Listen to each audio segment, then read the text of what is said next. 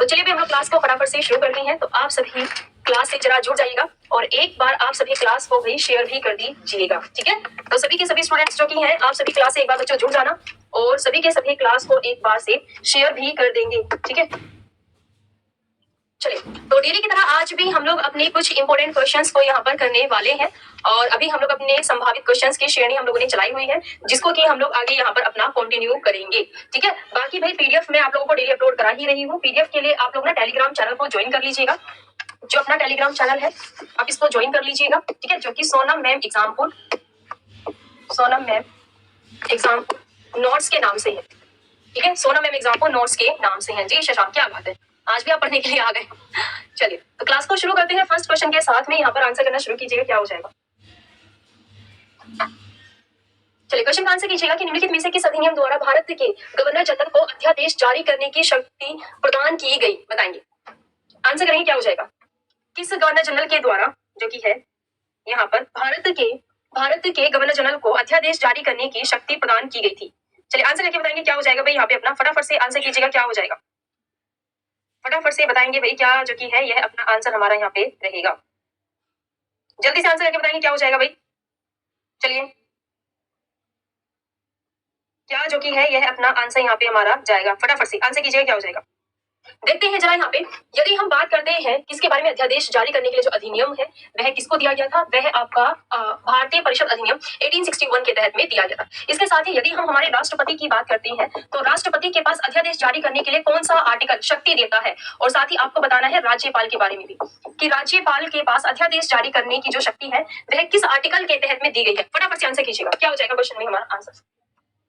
चलिए जल्दी से भाई क्वेश्चन में आंसर करके आप लोग बताएंगे कि क्या है जो कि हमारा आंसर यहाँ पे अपना जाएगा। फटाफट से क्वेश्चन में बताएंगे, क्या हो जाएगा। चलिए देखते हैं जरा यहाँ पर क्या रहेगा हमारा आंसर एक बार। यदि राष्ट्रपति की बात करते हैं तो कौन सा आर्टिकल है 123, और यदि राज्यपाल की बात करते हैं तो क्या हो जाएगा आर्टिकल 213।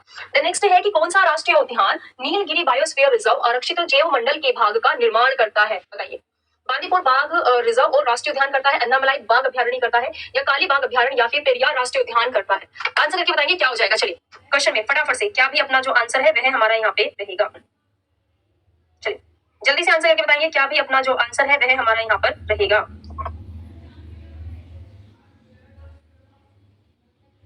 बताइए जल्दी से, कौन सा यह बायोस्फीयर रिजर्व वाला नीलगिरी बायोस्फीयर रिजर्व है जो कि आरक्षित जैव मंडल के भाग का निर्माण करता है।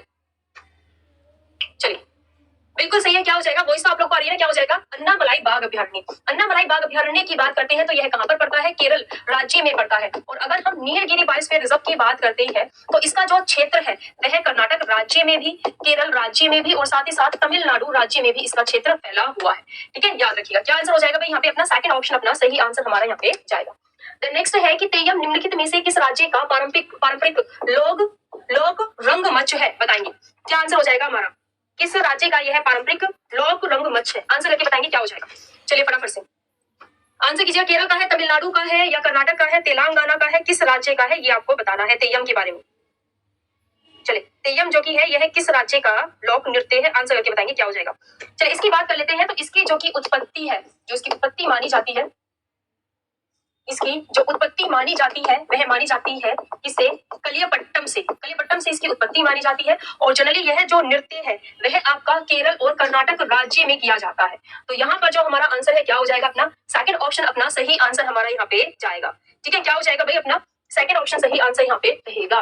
निम्नलिखित में से कौन भारत के शीर्ष तेल और गैस उत्पादक तेल प्राकृतिक गैस निगम का नया अध्यक्ष होगा, ओएनजीसी, बताएंगे। ओएनजीसी की बात करते हैं तो भारत की 12 महारत्न कंपनियों में से यह एक है, ठीक है, बताएंगे। Oil and natural gas corporation, इसकी बात करते हैं, मुख्यालय कहां पर है इसका, दिल्ली में। और हाल ही में इसके जो नए अध्यक्ष यहाँ पर नियुक्त किए गए हैं यह अरुण कुमार सिंह नियुक्त किए गए हैं। संजय वो लास्ट में बताऊंगी, अभी नहीं, क्लास के लास्ट में। पहले कुछ क्वेश्चंस कर लेते हैं फिर। चलिए तो क्या हो जाएगा भाई, थर्ड ऑप्शन जो की है अपना यहाँ पे सही आंसर हमारा जाएगा। नेक्स्ट है कि अप्रैल 2022 में संयुक्त राष्ट्र सभा द्वारा किस देश को मानव अधिकार परिषद से निलंबित कर दिया गया, बताएंगे। मानव अधिकार परिषद यानी कि ह्यूमन राइट काउंसिल, जो कि यूनाइटेड नेशंस असेंबली के द्वारा इसका इसका चालन किया जाता है। तो बताएंगे जल्दी से क्या आंसर हो जाएगा। बिल्कुल सही, रशिया और यूक्रेन की वॉर की वजह से जिसमें की जो पहल है वह रूस देश ने की थी, तो इसकी इन हरकतों को देखते हुए इसे मानव परिषद से निलंबित कर दिया गया। तो आंसर क्या हो जाएगा यहाँ पर, रूस देश जो की है अपना सही आंसर जाएगा। नेक्स्ट है कि वर्ल्ड हैप्पीनेस रिपोर्ट जो की है 2022, इसमें भारत की रैंक कितनी है।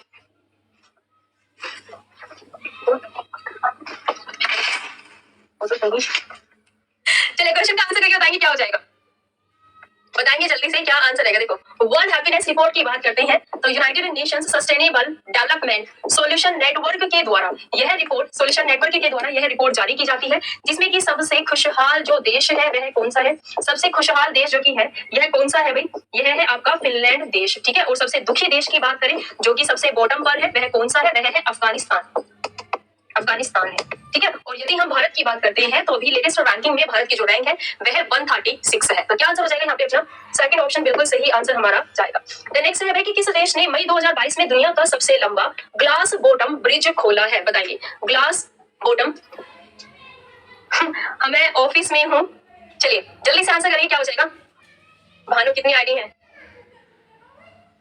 चलिए आंसर करेंगे क्या हो जाएगा। धन्यवाद विश्वजीत जी। चलिए क्वेश्चन का आंसर करेंगे फटाफट से क्या हो जाएगा। चल कल से मेरा सर दर्द है और अभी तक सर दर्द मेरा ठीक नहीं है।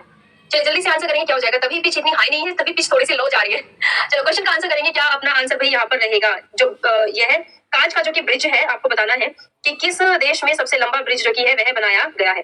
बिल्कुल सही, क्या हो जाएगा वियतनाम, क्या हो जाएगा वियतनाम की बात करते हैं। हनोई इसकी राजधानी है वियतनाम, और वियतनाम में विश्व का लॉन्गेस्ट ग्लास बॉटम ब्रिज जो की है यह मई 2022 में बनाया गया है।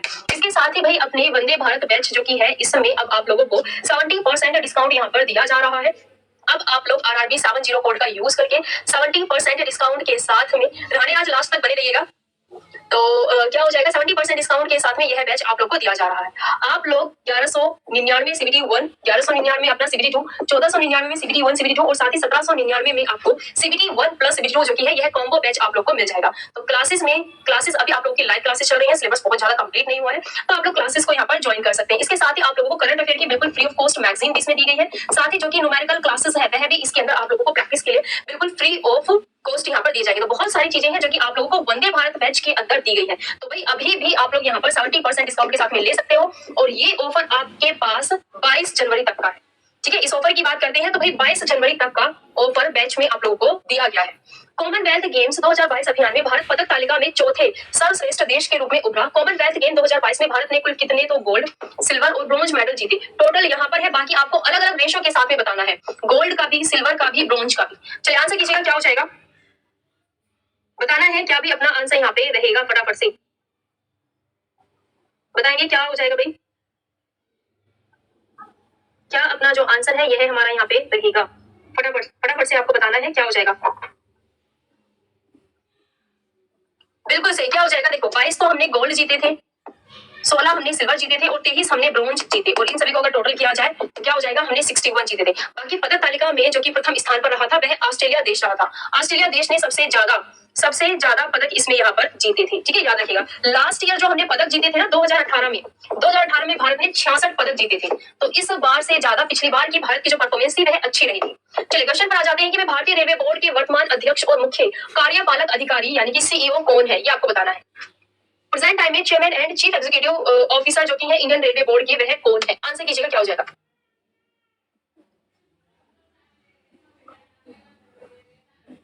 चलिए फटाफट से भी आंसर करके बताएंगे क्या अपना आंसर रहेगा।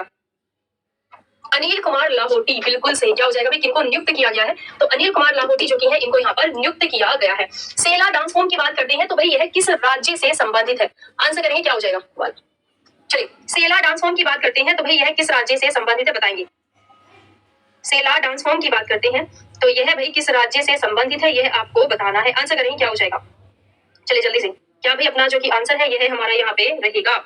चलिए बिल्कुल सही, क्या हो जाएगा, छत्तीसगढ़ राज्य। छत्तीसगढ़ राज्य में यह जो कि डांस फॉर्म है यह हार्वेस्ट यानी कि फसल के उत्सव के दौरान यह नृत्य किया जाता है, और यह छत्तीसगढ़ के साथ साथ मध्य प्रदेश राज्य में भी सेला नृत्य किया जाता है। इसके साथ ही छत्तीसगढ़ की बात करते हैं तो यहाँ पे पंडवानी नृत्य होता है, यहाँ पे सुबा नृत्य होता है, यहाँ पर पंथी नृत्य जो की है वह भी छत्तीसगढ़ राज्य में किया जाता है, ठीक है।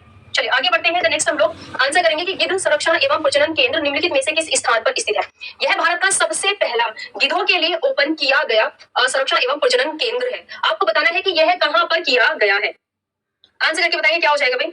यह कहाँ पर ओपन किया गया है, ये आप लोगों को यहाँ पर बताना है। आंसर करेंगे क्या हो जाएगा, कहाँ पर भाई यह ओपन किया गया है, ये आपको बताना है। जल्दी से आंसर करेंगे क्या हो जाएगा। चलिए क्या भी अपना जो आंसर है वह यहाँ पर हमारा रहेगा। फटाफट से आंसर करेंगे क्या हो जाएगा। चलिए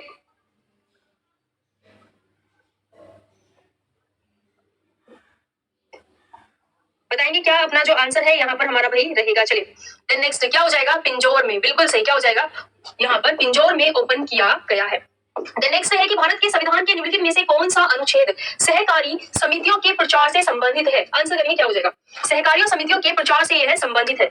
आंसर करके बताइए क्या हो जाएगा, सहकारियों समितियों के प्रचार से यह संबंधित है। बताना है क्या आंसर भाई यहाँ पे हमारा रहेगा, क्या है जो कि अपना आंसर यहाँ पे हमारा रहेगा। कौन सा उपबंध है जो कि प्रचार यहाँ पर सहकारी समितियों से यहाँ पर संबंधित है। चलिए बिल्कुल 43 का बी। चलिए क्या हो जाएगा यहाँ पे हमारा, यदि हम राज्य सहकारी समितियों की बात करते हैं या स्वैच्छिक गठन की बात करते हैं तो 43 बी जो कि है यह इनके प्रचार से संबंधित है। तो क्या हो जाएगा 43 बी। ठीक है, इसकी बात करते हैं तो यह भाग 4th में आता है। किसमें आता है, भाग 4th में आता है। इसके तहत में स्वैच्छिक गठन, स्वैच्छिक गठन, स्वैच्छिक गठन, इसके साथ ही स्वायत्त कामकाज, स्वायत्त कामकाज। ठीक है, तो यह सभी चीजें जो की है यह भाग 4 के 43 के बी में आती है। नेक्स्ट है कि सरयू नदी निम्नलिखित में से किस राज्य में स्थित है। बताएंगे सरयू नदी। ठीक है, आंसर कीजिएगा। और कौन सा शहर है, कौन सा फेमस शहर है जो कि सरयू नदी के किनारे पर स्थित है। बताइए कौन सा फेमस शहर है जो कि सरयू नदी के किनारे पर स्थित है। आंसर करेंगे क्या हो जाएगा। चलिए फटाफट से आंसर करके आपको बताना है कि भाई क्या जो की है अपना आंसर यहाँ पे हमारा रहेगा। चलिए जल्दी से बताइए क्या हो जाएगा भाई यहाँ पे हमारा आंसर, क्या भाई जो कि है हमारा आंसर यहाँ पे अपना जाएगा सरयू नदी के किनारे। चलिए सरयू नदी की बात कर लेते हैं। इसकी जो लंबाई है वह कितनी है, 350 किलोमीटर इसकी लंबाई है और यह उत्तराखंड राज्य में स्थित है। क्या हो जाएगा, उत्तराखंड राज्य में। ठीक है, साथ ही इसके किनारे बसे शहर की बात करते हैं तो कौन सा है, यह है अयोध्या। क्या हो जाएगा, अयोध्या। यदि हम पश्चिम बंगाल की बात करते हैं, पश्चिम बंगाल, तो पश्चिम बंगाल जो की है यह हुगली नदी, यह हुगली नदी के यहाँ पर पड़ता है। और साथ ही अगर हम हिमाचल प्रदेश की बात करते हैं तो हिमाचल प्रदेश की जो कि मुख्य नदी जानी जाती है यह सतलुज नदी जानी जाती है। ठीक है, और छत्तीसगढ़ की बात करते हैं तो छत्तीसगढ़ की कौन सी प्रमुख नदी है, यह है महानदी। क्या हो जाएगा, महानदी इसकी प्रमुख नदी है। नेक्स्ट अगले क्वेश्चन पर आ जाते हैं कि ब्रिटिश भारत के गवर्नर जनरल कौन थे जब अंग्रेजों द्वारा पंजाब का अधिग्रहण किया गया था। बताइए क्या आंसर हो जाएगा, जब पंजाब का अधिग्रहण किया गया था तब भारत का जो कि ब्रिटिश गवर्नर जनरल था वह कौन था। चलिए आंसर करके बताइए क्या हो जाएगा, फटाफट से बताएंगे भाई क्या अपना आंसर यहाँ पे हमारा रहेगा।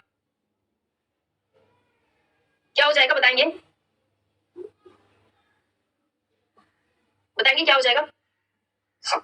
बिल्कुल पंजाब के अधिग्रहण की बात कर लेते हैं तो जब दूसरा आंग्ला सिख वॉर हुआ था, आंग्ला सिख वॉर हुआ था यानी कि युद्ध हुआ था, तो इसमें सिखों की हार हो गई थी और अंग्रेजों की जीत हो गई थी, जिसके तहत में इन्हें लाहौर की संधि करनी पड़ी थी।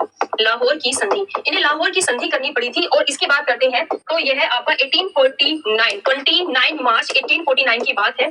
उस समय जो कि भारत का गवर्नर जनरल था वह लॉर्ड डलहौजी था। कौन था वह लॉर्ड डलहौजी था। ठीक है, याद रखिएगा। डलहौजी की बात करते हैं तो यह 1848 से लेकर के 56 तक, 1848 से लेकर के यह 1856 तक भारत का गवर्नर जनरल रहा था लॉर्ड डलहौजी। ठीक है, याद रखिएगा। नेक्स्ट आगे आ जाते हैं यहाँ पर। सबसे पहले इसने सतारा को हड़पा था 1848 में, उसके बाद झांसी को हड़पा था इसने 1853 में।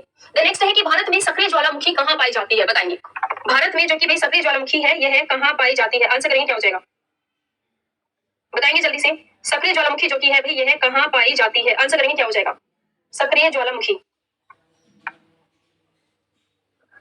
आंसर करेंगे क्या हो जाएगा। देखो भारत में यदि हम मुख्य ज्वालामुखियों की बात करते हैं, मुख्य ज्वालामुखी, ज्वालामुखी, तो भारत में मुख्य ज्वालामुखी जो की है यह 6 पाई जाती हैं, जिसमें कि सक्रिय ज्वालामुखी जो की है वह सिर्फ एक है और वह है अंडमान निकोबार के जो कि बैरन द्वीप पर स्थित है, जिसे कि बैरन ज्वालामुखी के नाम से जाना जाता है। ठीक है, याद रखिएगा। क्या हो जाएगा यहाँ पर अपना बी ऑप्शन जो की है यह बिल्कुल सही आंसर हमारा यहाँ पर जाना जाएगा। हमारा जो कि दक्कन का पठार है ना, यह पूरा का पूरा ही ज्वालामुखी के लावा से बना हुआ है, जो कि भारत के दक्षिणी क्षेत्र पर फैला हुआ है दक्कन का पठार।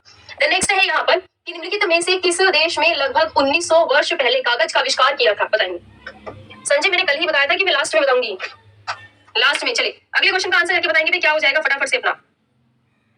क्या अपना आंसर यहाँ पे हमारा जाएगा? चलिए जल्दी से बताएंगे भाई क्या अपना जो आंसर है वह हमारा यहाँ पर जाएगा। 1900 वर्ष पहले कागज का जो कि आविष्कार है यह कहाँ पर हुआ था? कागज का आविष्कार, कागज का जो आविष्कार है यह चीन में हुआ था। कहाँ पर? चीन में। सबसे पहले पेड़ों की छाल का प्रयोग करना इन्होंने शुरू किया था ऐसा लिखने के रूप में, और उसी छाल को पतला पतला करते करते इन्होंने पेपर का निर्माण किया था। तो क्या हो जाएगा यहाँ पर? चीन। नेक्स्ट अगला क्वेश्चन है कि भाई वर्ल्ड वाइड फंड के लोगों पर कौन सा जानवर है ये आपको बताना है। आंसर करेंगे क्या हो जाएगा? चलिए जल्दी से बताएंगे भाई क्या अपना आंसर यहाँ पे हमारा रहेगा? बताएंगे क्या आंसर हमारा यहाँ पे रहेगा? चलिए देखते हैं यहाँ पर क्या रहेगा। पांडा, ब्लैक एंड व्हाइट कलर का पांडा। ठीक है, यदि हम वर्ल्ड वाइड फंड की बात करते हैं तो 1961 में इसकी स्थापना की गई है। उसके मुख्यालय की बात करते हैं तो ग्लैंड में क्या हो जाएगा? स्विट्जरलैंड शहर का, स्विट्जरलैंड शहर का जो कि स्विट्जरलैंड सॉरी देश का जो शहर है ग्लैंड, वहां पर इसका मुख्यालय है। 1958 में विशालकाय जो कि यह पांडा है जिसे कि लोगों ने चीची का नाम दिया था, इसके संरक्षण का अभियान शुरू हुआ था। ठीक है, और यह सबसे शक्तिशाली प्रतीक माना जाता है। नेक्स्ट अगले क्वेश्चन पर आ जाते हैं। भारत में सार्वजनिक वित्त के प्रहरी के रूप में किसे जाना जाता है? आंसर कीजिएगा क्या हो जाएगा यहाँ पे? बताएंगे भाई फटाफट से किसको यहाँ पर जाना जाता है। आंसर कीजिएगा क्या हो जाएगा? किसको जाना जाता है यह आपको बताना है। आंसर करेंगे क्या हो जाएगा भाई यहाँ पे? चलिए कैग को, बिल्कुल सही। क्या हो जाएगा यहाँ पे? नियंत्रक और महालेखा परीक्षक को, यानी कि कैग। इन शॉर्ट क्या कहते हैं? कैग। इनकी बात करते हैं तो 148 हमारे संविधान के 148 आर्टिकल में इनके बारे में दिया हुआ है। इनकी जो नियुक्ति है वह देश के राष्ट्रपति करते हैं, और यह अपना त्याग पत्र भी राष्ट्रपति को देते हैं। इनका जो कार्यकाल होता है वह 6 वर्ष का होता है। 6 वर्ष या फिर 65 वर्ष की आयु इनकी रहती है। अच्छा ये बताइए कि देश के सबसे पहले जो महालेखा नियंत्रक और महालेखा परीक्षक रहे हैं वह कौन रहे हैं? यदि मैं वर्तमान समय की बात करूं तो वर्तमान समय में तो गिरीश चंद्र मुर्मू है, लेकिन आपको मुझे सबसे पहले के बारे में बताना है कि सबसे पहले कौन से रहे हैं। चलिए आंसर करके बताएंगे जल्दी से क्या हो जाएगा? सबसे पहले कौन रहे हैं यह आपको बताना है। फटाफट से आंसर कीजिएगा क्या हो जाएगा? सबसे पहले कौन रहे हैं? चलिए वी नरहरि राव, बिल्कुल सही, वी नरहरि राव। ठीक है, याद रखिएगा देश के सबसे पहले क्या है। नेक्स्ट है कि राजा राममोहन राय की प्रसिद्ध कृति एकेश्वरवादियों को उपहार यह किस भाषा में लिखी गई थी? बताइए यह भाई किस भाषा में लिखी गई थी यह आपको बताना है। आंसर कीजिएगा क्या हो जाएगा? चलिए बताएंगे भाई कि यह किस भाषा में लिखी गई थी। आंसर कीजिएगा क्या हो जाएगा? किस भाषा में यह लिखी गई थी? चलिए जल्दी से बताएंगे क्या हो जाएगा यहाँ पर। इनकी बात करते हैं। इन्होंने यह फारसी भाषा में लिखी थी जो कि इन्होंने 1804 में लिखी थी। ठीक है, इन्होंने 1800 इनकी बात करते हैं तो 1814 में इन्होंने आत्मीय सभा की स्थापना की थी, जो कि बाद में 1828 में चलकर यह क्या बना था? ब्रह्म समाज बना था। ब्रह्म समाज, जिसके तहत इन्होंने सती प्रथा के उन्मूलन के लिए आवाज उठाई थी। इन्हें भारतीय आधुनिकरण के जनक के रूप में जाना जाता है। साथ ही इनकी बात करते हैं तो इन्हें जो कि राजा की उपाधि दी हुई है वह अकबर सेकंड के द्वारा, अकबर द्वितीय के द्वारा इन्हें राजा की उपाधि दी गई थी। ठीक है, याद रखिएगा इन्होंने फारसी भाषा में इसकी रचना की थी। भारत के ध्वज संहिता 2002 के अनुसार जब भारतीय ध्वज को अन्य देशों के झंडे के साथ एक सीधी रेखा में प्रदर्शित किया जाता है तो उसकी स्थिति क्या होनी चाहिए? बताइए। अब लोग राजस्थान जी, हेलो हेलो। एनालिसिस आपका एसएससी जीडी का एनालिसिस चल रहा है। आप एसएससी जीडी का एनालिसिस देख सकते हो। एसएससी जीडी का एनालिसिस आपका चल रहा है। ठीक है, चलिए क्वेश्चन का आंसर करके बताएंगे भाई क्या अपना आंसर है जो कि हमारा यहाँ पे रहेगा। फटाफट से क्या हो जाएगा? क्या होना चाहिए? दाएं से बाएं, बिल्कुल सही। क्या हो जाएगा? लेफ्ट टू राइट होना चाहिए। दाएं सिरे से कैसा होना चाहिए? दाएं सिरे पर होना चाहिए। उसकी स्थिति कैसी होनी चाहिए? वह हमारे दाएं सिरे पर होना चाहिए। थर्ड ऑप्शन रहेगा क्लास के बाद। चलिए नेक्स्ट आगे आ जाते हैं कि निम्नलिखित में से कौन सा एक युग्म सम्मिलित नहीं है यह आपको बताना है। इनमें से भाई कौन सा युग्म जो कि है वह सम्मिलित नहीं है यह आपको बताना है। फटाफट से आंसर करेंगे क्या हो जाएगा? चलिए क्या भी अपना जो आंसर है वह हमारा यहाँ पे रहेगा। कौन सा एक इनमें से सम्मिलित नहीं है? चलिए आंसर करके बताइए क्या हो जाएगा। डी सम्मिलित नहीं है। कानपुर से जो कि 1857 की क्रांति के समय में विद्रोह शुरू किया था वह नाना साहेब ने किया था। झांसी से लक्ष्मी बाई ने किया था। ग्वालियर से तात्या टोपे ने किया था। लेकिन कुंवर सिंह की बात करते हैं तो इन्होंने कहाँ से किया था? बिहार से किया था, ना कि इन्होंने इलाहाबाद से किया था। ठीक है, इनकी अगर बात करते हैं कहाँ से किया था, कुंवर सिंह की बात करते हैं तो इन्होंने कहाँ से किया था?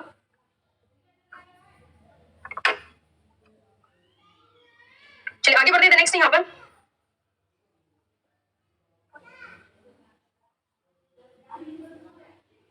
ठीक है, लिख लीजिएगा क्या हो जाएगा यहाँ पर बिहार। देन नेक्स्ट आगे बढ़ते हैं हम लोग यहाँ पर अगले क्वेश्चन का आंसर कीजिएगा कि भाई निम्नलिखित में से किस ऑस्ट्रेलियाई क्रिकेट खिलाड़ी का मार्च 2022 को संदिग्ध रूप से दिल का दौरा पड़ने से निधन हो गया, बताएंगे कौन है। चलिए जल्दी से आंसर करके बताएंगे भाई क्या अपना जो आंसर है वह यहाँ पे हमारा रहेगा। यह कौन से खिलाड़ी है बताएंगे, बताएंगे जल्दी से क्या आंसर भाई यहाँ पे हमारा रहेगा। बताएंगे भाई क्या अपना आंसर यहाँ पे हमारा रहेगा। इनकी बात करते हैं कौन है, शेन वॉन। शेन वॉन जब थाईलैंड में थे उस समय दिल का दौरा पड़ने की वजह से इनकी मृत्यु हुई। इनकी अगर हम बात करते हैं तो 15 वर्षों का इनका अंतरराष्ट्रीय कैरियर रहा है इंटरनेशनल लेवल पर। इनकी बात करते हैं इन्होंने 708 टेस्ट विकेट लेने का रिकॉर्ड इन्होंने बनाया हुआ है। इसके साथ ही 1999 में जब ऑस्ट्रेलिया ने वर्ल्ड कप जीता था तो उसमें यह ऑस्ट्रेलिया की टीम का हिस्सा थे। इसके साथ ही 1993 से लेकर के 2003 तक इस बीच ऑस्ट्रेलिया ने 5 एसएस ट्रॉफी जीती है, 5 एसएस ट्रॉफी जीती है जिसमें कि यह अपनी टीम का हिस्सा थे। ठीक है, याद रखिएगा क्या हो जाएगा, शेन वॉन। नेक्स्ट भी हमारा कि मार्च 2022 में किस देश ने दूसरा उपग्रह नूर 2 अंतरिक्ष में लॉन्च किया है, आंसर करेंगे क्या हो जाएगा। चलिए नूर 2 जो कि उपग्रह है वह किस देश ने भाई यहाँ पर लॉन्च किया है यह आपको बताना है। आंसर करके बताएंगे क्या हो जाएगा अपना फटाफट से, क्या भी हमारा आंसर यहाँ पे अपना जाएगा, किस देश ने इसे उपग्रह को लॉन्च किया है, आंसर करेंगे क्या हो जाएगा, बताएंगे क्या हो जाएगा यहाँ पे। चलिए यह जो कि उपग्रह है यह ईरान के द्वारा लॉन्च किया गया है ताकि यह भी अपने अंतरिक्ष में अपनी क्रियाओं को बढ़ा सके। होता है ना कि हम भी दिखा दें कि हम भी एक्टिव हैं एंड हम भी अंतरिक्ष में अपनी पहुंच बनाने में कायम रखते हैं। तो पृथ्वी की लो ऑर्बिट में नूर 2 अंतरिक्ष को स्थापित किया गया था और ये जो कि नूर शब्द का अर्थ होता है इसका मतलब होता है प्रकाश। क्या होता है, प्रकाश। प्रकाश इसका अर्थ होता है और यह ईरान का उपग्रह है। भारतीय नौसेना में सर्वोच्च रैंक वाले कमीशन अधिकारी कौन है बताइए, सर्वोच्च कमीशन रैंकिंग वाले जो कि है वह कौन है। चलिए आंसर करेंगे क्या हो जाएगा, पहले पढ़ाई करनी है फिर सरप्राइज मिलेगा, पहले पढ़ाई करो इसके बाद। चलिए अगले क्वेश्चन का भी आंसर करके बताएंगे यहाँ पर क्या हमारा जो आंसर है वह यहाँ पर रहेगा, बताएंगे सर्वोच्च रैंकिंग वाले कौन होते हैं, क्या हो जाएगा यहाँ पर, फ्लीट। बिल्कुल सही, क्या हो जाएगा, फ्लीट एडमिरल होते हैं। बाकी भारत में तीनों ही सेनाओं के जो सर्वोच्च कमांडर होते हैं, तीनों ही सेनाओं के सर्वोच्च कमांडर जो कि होते हैं वह कौन होते हैं, वह देश के राष्ट्रपति होते हैं, जो कि तीनों ही सेनाओं के सर्वोच्च कमांडर रहते हैं। निम्नलिखित में से कौन सैयद वंश का प्रथम शासक था जिसने की सैयद वंश की स्थापना की थी। चलिए बताएंगे इनमें से कौन सबसे पहला यहाँ पर रहा है।